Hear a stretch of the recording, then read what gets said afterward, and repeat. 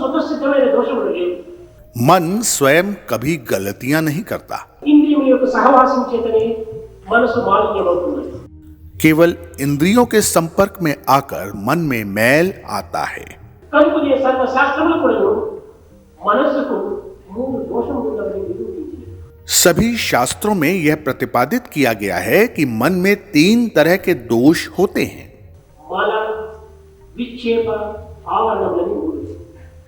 यह तीनों मल, विक्षेप और आवरण कहलाते हैं. మలమనగా ఏమి?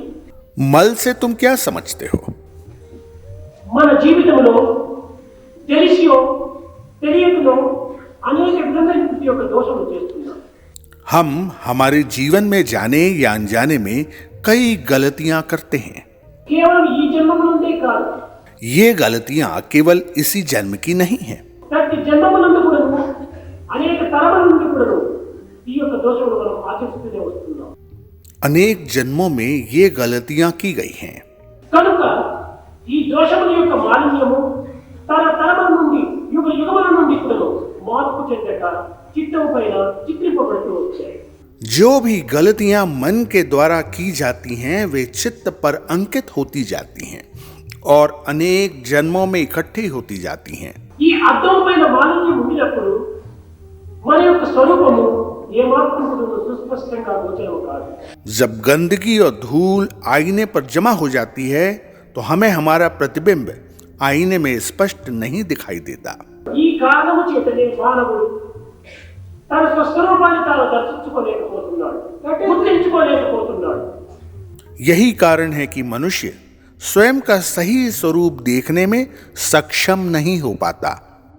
ఈ మనస్సుని అర్థమునందు తన యొక్క నిజ స్వరూపాన్ని చూడలేకపోతున్నాడు. स्वयं के सत्य स्वरूप को मन रूपी आईने में मनुष्य नहीं देख पा रहा है.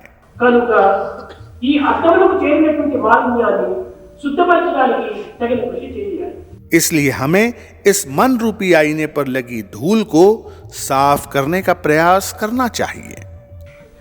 అయితే ఇది ఏ విధంగా చేయాలి? आप इसे कैसे कर सकते हैं? దీనిని చేసేటువంటి ఉపాయం ఏంటి?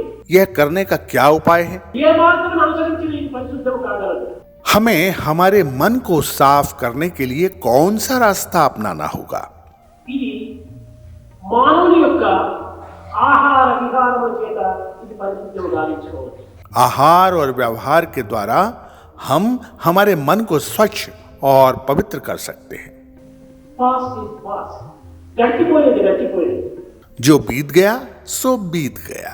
కానీ వర్తమానం నుండి అయినప్పుడు మన పవిత్రమైనటువంటి యొక్క మార్గం అనుసరించి దీనిని పరిశుద్ధపరిచేటువంటి యొక్క ప్రయత్నం కోరుకోవాలి. कम से कम वर्तमान में तो हम ऐसे कदम उठा सकते हैं जो हमारे मन को स्वच्छ और पवित्र करने में मदद करेंगे. యువకులైనటువంటి విద్యార్థులు పరిశుద్ధమైన దోషరహితమైనటువంటి ఆహారం భుజించాలి. युवा विद्यार्थियों को शुद्ध भोजन ग्रहण करना चाहिए. ఎటువంటి పరిస్థితులు ఎందైనప్పుడు మనము దోషంతో కూడినటువంటి ఆహారం స్వీకరించాలి. चाहे कैसी भी परिस्थिति क्यों ना आ जाए, हमें अशुद्ध भोजन ग्रहण नहीं करना चाहिए. భిక్షం దేహార్థం, వస్త్రం స్వీకారం. మనకు ఇచ్చినటువంటిది ఆహారము దేహరక్షణకై. भोजन हमारे शरीर को सुरक्षा और पोषण देता है. కానీ దేహములకు కొన్ని అనారోగ్యములు కలిగించేటువంటి ఒక ఆహారము ఇది సరైన ఆహారం కాదు.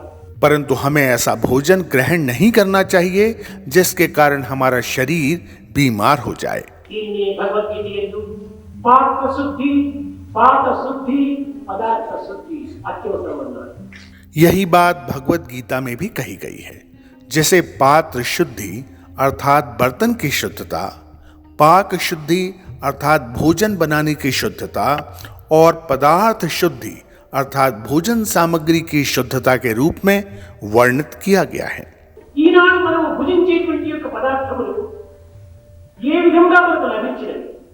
ऐसे पदार्थ जो भोजन बनाने के उपयोग में आते हैं, हमने उन्हें किस तरह अर्जित किया है? ఇది కేవలం అన్యాయార్జితమా లేక న్యాయార్జితమా అనే విషయాన్ని మనం విచారించాలి. क्या हमने उन पदार्थों को उचित तरीके से प्राप्त किया है अथवा अनुचित तरीके से? ఈనాటి మానవుడు అనారోగ్యములకు కానీ అశాంతికి కానీ గురి కావడానికి మూల కారణము అన్యాయార్జితమైనటువంటి ఆహారమే మూల కారణం. आज मानव की बीमारियों का सबसे महत्वपूर्ण कारण ये है कि जो भोजन वो ग्रहण कर रहा है उसे उसने अनुचित तरीके से प्राप्त किया है. మనము సక్రమమైన ధర్మమైన న్యాయమైనటువంటి యొక్క రీతిలో మనం ఈ ఆహారాన్ని స్వీకరించడం లేదు, సేకరించడం లేదు. हम खाद्य पदार्थों को उचित तरीके से प्राप्त नहीं कर रहे हैं. उचित तरीके से अर्थात समुचित आचरण के माध्यम से. తాత్కాలికమైనటువంటి లౌకికమైన భౌతికమైన తృప్తి నిమిత్తమై మనము విచారణ చేయగా విచక్షణ జ్ఞానము విచారించ మనం అనేక పెడమార్గములను అనుసరించడం చేతనే ఈ అన్యాయార్జితమైన ఆహారము మనం సేకరించుకుంటున్నాం. अस्थायी दबाव से भरी परिस्थितियों के कारण जो भोजन हम अन्यायपूर्ण तरीके से अर्जित करते हैं उसके फलस्वरूप विवेक का नाश हो जाता है. కనుక మొట్టమొదట ఈ మనశుద్ధ నిమిత్తమై పరిశుద్ధమైన ఆహారాన్ని మనం సేకరించాలి. मन की शुद्धि के लिए हमें शुद्ध भोजन ही ग्रहण करना चाहिए. అయితే ఇది ఏది అన్యాయం ఏది న్యాయం అనేటువంటి విచక్షణ జ్ఞానము సామాన్యులకు ఇది చాలా తక్కువ. सामान्य मनुष्य में संभवतः उचित और अनुचित के अंतर को जानने की विवेकपूर्ण बुद्धिमत्ता नहीं होती. పాత్ర శుద్ధిగా ఉన్నదో లేదో తెలియదు, పదార్థ శుద్ధి అంతకంటే మనకు తెలియదు. बर्तन स्वच्छ हो अथवा अस्वच्छ हो और उसमें रखे भोज्य पदार्थ भी शुद्ध हैं या नहीं इसे भी जान नहीं पाते. పాత్ర శుద్ధి వంటవాడి యొక్క భావం ఏ రీతిగా ఉన్నదో అది మనకు ఏమాత్రం తెలియదు. और भोजन बनाने की प्रक्रिया पर भी पकाने वाले की भावनाओं और विचारों का प्रभाव पड़ता है. కానీ ఈ అన్నింటి యొక్క పరిశుద్ధత కోసం మనం ప్రయత్నం చేస్తుంటే మన ఉదరం క్షీణించిపోతుంది. यदि हम इन सभी की शुद्धता के बारे में पता करते रहेंगे तो हम भूखे ही रह जाएंगे. కనుకనే ఆహారాన్ని సేకరించిన తర్వాత భగవత్ అర్పితము అనేటువంటి చేసినప్పుడే ఇది పరిశుద్ధమవుతుంది. और यही कारण है कि जब भी तुम कुछ भोजन ग्रहण करो तो उसे खाने से पहले भगवान को अर्पित कर दो. इससे वह भोजन शुद्ध हो जाएगा. ఎవరికి వారు భగవంతుడు ఎక్కడున్నాడని చర్చించుకున్నప్పుడు తనలో నుండి కూడా ఒక పెద్ద జవాబు వస్తుంది. जब प्रत्येक व्यक्ति स्वयं से यह प्रश्न करे कि भगवान कहाँ है तो इसका उत्तर भीतर से ही आएगा.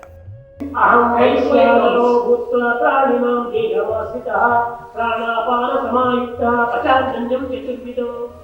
అహం వైశ్వానరో భూత్వా, నేను వైశ్వానర రూపంలో కూడా నీ యొక్క ఉదరం నుండి నీవు భుజించిన ఆహారాన్ని జీర్ణించుకుంటున్నాను అని చక్కని జవాబు. मैं वैश्वानर नामक अग्नि के रूप में प्राणियों की देह के भीतर निवास करता हूँ. प्राण और अपान नामक वायु के साथ मिलकर मैं चारों प्रकार से खाए जाने वाले भोजन को पचाता हूँ. इस प्रकार भीतर से ही यह उत्तर प्राप्त होता है कि मैं तुम्हारे भीतर वैश्वानर नाम की अग्नि के रूप में विराजित हूँ और मैं ही तुम्हारे द्वारा ग्रहण किए गए भोजन को पचाने के लिए जवाबदार हूँ. అయితే ఎప్పుడు అతను జీర్ణింపచేస్తున్నాడు? यह वैश्वानर नामक अग्नि भोजन को कब पचाती है? మనం భుజించిన తర్వాతనే ఇది జీర్ణింపచేస్తున్నాడు. जब हम भोजन ग्रहण करते हैं उसके बाद ही उसे वह भोजन पचाने हेतु प्राप्त होता है. కనుక భగవత్ అర్పితం కాకుండా మనం భుజించడం చేత అనేక మాలిన్యము అనేక దోషములు అనేక పాపములు దీంట్లో ప్రవేశిస్తున్నాయి. लेकिन यदि तुम भगवान को भोजन अर्पित किए बिना उसे ग्रहण करते हो तो कई प्रकार की गंदगी पाप और दोष भी भोजन के साथ आ जाते हैं. కనుకనే బ్రహ్మార్పణం బ్రహ్మాత్మో బ్రహ్మణాహుతం. బ్రహ్మార్పణం, ఈ బ్రహ్మార్పణ భావంతో మనం భుజించడం చేత అది ఆహారము కాదు, అది ప్రసాదము. जब एक बार ब्रह्म अर्थात भगवान को भोजन अर्पित कर दिया जाता है तो फिर वह भोजन प्रसाद बन जाता है. కనుక అందులో ఉన్నటువంటి దోషములన్నీ కూడాను పరిహారం అవుతాయి. सभी दोष दूर हो जाते हैं. తద్వారా మన యొక్క మనసుకు అంటుకున్నటువంటి మాలిన్యము క్రమక్రమేణా కొంత పరిశుద్ధం కాగలదు. इस प्रक्रिया के द्वारा मन रूपी आईने से सभी प्रकार की गंदगी धीरे धीरे समाप्त की जा सकती है. తిరిగి మనస్సు అనేటువంటి అర్థము పరిశుద్ధంగా మారుతుంది. तभी वह मन रूपी आईना पवित्र और स्वच्छ हो सकता है। అయితే ఇది ఒక్క దినముతో, ఒక్క నెలతో, ఒక్క పర్యాయంతో ఈ పరిశుద్ధమయ్యే దృష్టి కాదు. परंतु ये संभव नहीं है कि मन के ऊपर जन्मों से लगे मैल को हम एक दिन, एक सप्ताह या एक माह में दूर कर सकें। మహిళోసి జ్ఞానమభ్యాస జ్ఞానాజ్ఞానం విశిష్యతే జ్ఞానాత్ కర్మ ఫలత్యాగ త్యాగశాంతి అనంతరం. అభ్యాసం చేయాలి. ప్రతి మానవుడు, పుట్టిన ప్రతి మానవుడు కూడాను walking, talking, reading, writing, eating అన్ని కూడాను అభ్యాసం చేయడమే మనము దీన్ని పొందగలుగుతున్నాం. प्रत्येक मनुष्य अभ्यास के माध्यम से कई प्रकार की आदतों को विकसित कर सकता है, जैसे चलना, बोलना, खाना, पढ़ना, लिखना आदि। దీనికి కూడాను ఒక విధమైనటువంటి యొక్క అభ్యాసం అత్యవసరం. इसलिए मन को शुद्ध करने के लिए भी यह अभ्यास अत्यंत आवश्यक है। అనగనగా రాగం అతిశయించుచుండు, తినగ తినగ వేప తీయను, సానవాపిడి చేత సగమైపోవు, ఆపై మరించు అంటున్నాడు. ఒక వజ్రమైనప్పుడు వెల కావాలనుకుంటే అనేక రకమైనటువంటి కోతలు పోయాలి. यदि हीरे को अतिरिक्त कीमती बनाना है तो उसे बहुत ज्यादा छीलने व तराशने की आवश्यकता होगी।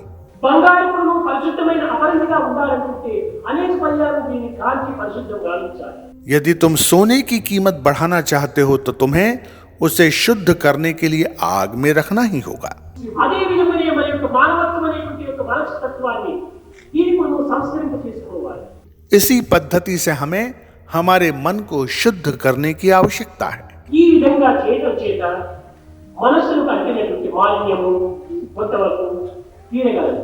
इस व्यवस्थित प्रक्रिया के द्वारा मन में जमी हुई गंदगी, जिसे हम मैल या धूल भी कह सकते हैं, उसे हटाना संभव हो सकेगा।